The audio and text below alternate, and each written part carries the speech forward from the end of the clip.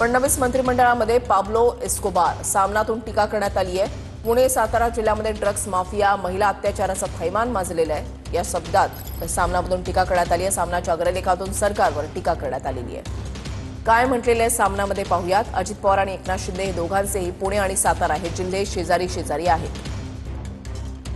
या दोन्ही जिल्ह्यात ड्रग्स माफिया जमीन माफिया गँग वॉर महिलांवरील अत्याचारासारख्या गुन्ह्यांनी थैमान घातलेला आहे। फडणवीस त्यावर मौन बाळगून आहेत। उपमुख्यमंत्री एकनाथ शिंदे हे राज्याचे पाब्लो एस्कोबार आहेत का, असा प्रश्न काँग्रेसचे अध्यक्ष हर्षवर्धन सपकाळ यांनी विचारला आहे। ड्रग्सच्या व्यापारातून सत्ता पैसा मिळवून अय्याशी करणारा आणि त्याच ड्रग्सच्या पैशातून राजकारण करणारा हा जगातला सगळ्यात मोठा ड्रग्स माफिया होता, तूर्त इतकंच।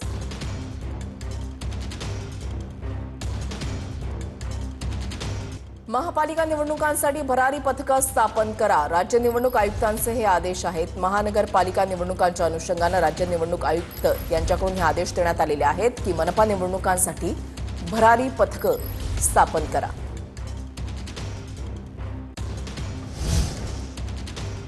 अमरावतीच्या शंकरनगरमध्ये तरुणांच्या टोळक्याकडून दहशत माजवण्याचा प्रयत्न झालेला आहे। परिसरातील दुचाकी चारचाकी वाहनांची टोळक्याकडून तोडफोड करण्यात आली आहे। काही व्यावसायिकांना टोळक्यानं मारहाण केल्याची माहिती आहे। आमदार रवी राणांकडून घटनास्थळाची पाहणी करण्यात आली आहे।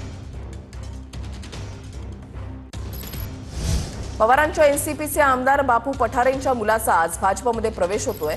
सुरेंद्र पठारेंसह 22 माजी नगरसेवकांचा अनेक पदाधिकारी आज भाजपमध्ये प्रवेश करणार आहेत।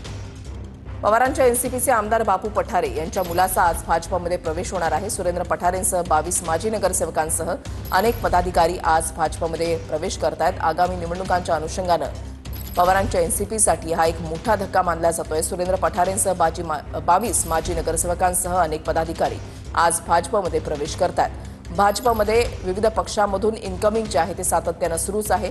आता पवारांच्या एनसीपीला हा एक मोठा धक्का।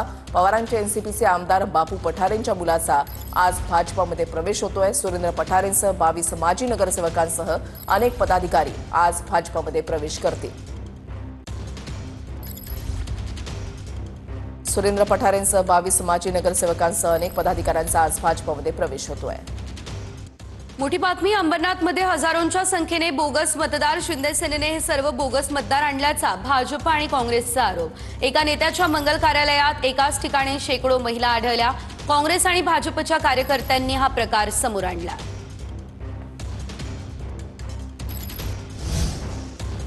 नागपूरमध्ये हनी ट्रॅपद्वारे 2 कोटींची खंडणी मागणारी टोळी जेरबंद करण्यात आली आहे। 62 वर्षीय डॉक्टरला हनी ट्रॅपच्या जाळ्यात अडकवलंय। नागपूर पोलिसांच्या गुन्हे शाखेने ही कारवाई केली। हनी ट्रॅपद्वारे 2 कोटींची खंडणी मागणारी टोळी जेरबंद झाली है।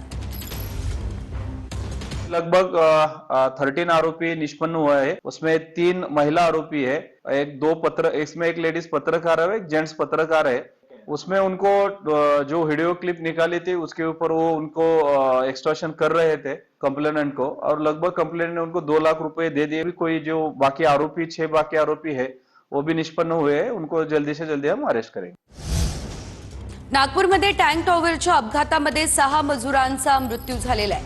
9 मजूर जखमी। मुख्यमंत्र्यांकडून मृतांच्या कुटुंबियांना मदत जाहीर झाली आहे। मृतांच्या वारसांना राज्य सरकारने 5 लाखांची मदत जाहीर केली आहे।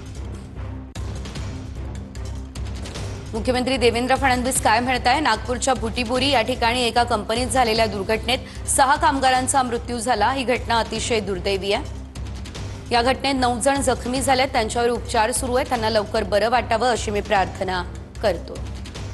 नागपूर जिल्हाधिकाऱ्यांच्या मी संपर्कात आहे, तेही संबंधित यंत्रणांसोबत समन्वय ठेवून आहेत। मृतांच्या वारसांना राज्य सरकारकडून 5 लाखांची मदत दिली जाईल। याशिवाय मृतांच्या नातेवाईकांना संबंधित कंपनी 30 लाख रुपये देणार आहे। जखमींना संबंधित कंपनी 10 लाख आणि उपचाराचा खर्च करणार असं देखील कंपनीनं मान्य केलं। हे स्वतः मुख्यमंत्री देवेंद्र फडणवीस म्हणाले। मुंबईमधल्या चुनाभट्टी भागातील एका घरात रात्री कुकरचा स्फोट झालाय। 1 जण जखमी झालाय। सायन रुग्णालयामध्ये त्यावर उपचार सुरू आहेत। अग्निशमन दल, स्थानिक पोलिसांचा पंचनामा सुरू आहे।